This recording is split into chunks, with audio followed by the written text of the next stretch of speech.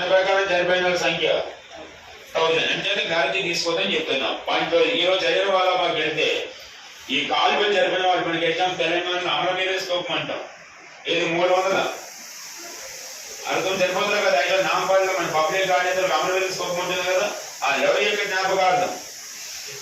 తెలంగాణ 1969 ఉద్యమంలో 369 చనిపోతారు. వాళ్ళు మెమొరబుల్ గా మన అమరవీర స్తూపాన్ని కట్టించాం. తెలంగాణ ప్రాంతంలో ఏ ఉద్యమాన్ని అక్కడి నుంచే స్టార్ట్ చేస్తారు. రెండోటి యాక్చువల్ నాంపల్లి పబ్లిక్ గార్డెన్. నాంపల్లిలో ఎంతమంది చనిపోతారు? 369 మెంబర్స్ చనిపోతారు. అదే విధంగా జలియన్వాలా బాగ్లో చనిపోయిన వాళ్ళ గురించి ఒక స్తూపాన్ని కట్టిస్తారు. ఇదేంటో చనిపోయిన వాళ్ళకి రాసుకో.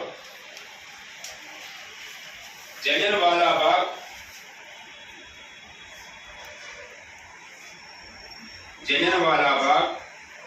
English medium. స్తూపం అనే పదం వాడుకోండి. English medium martyrs MARTRY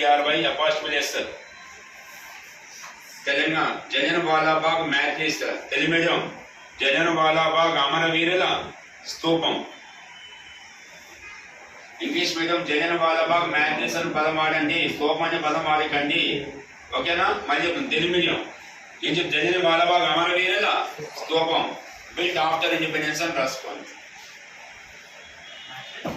after independence స్వాతంత్రం వచ్చిన తర్వాత జలియన్వాలా బాగ్ అమరవీరుల స్తూపాన్ని కట్టించారు.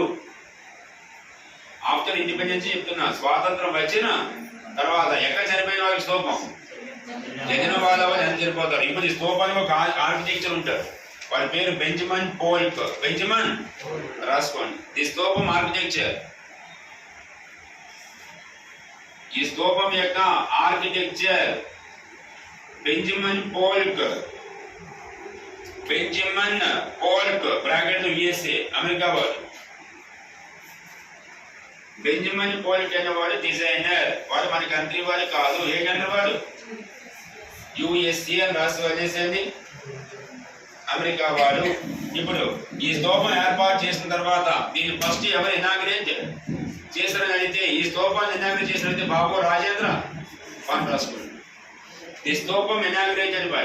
ఈ స్తూపాన్ని ఆవిష్కరి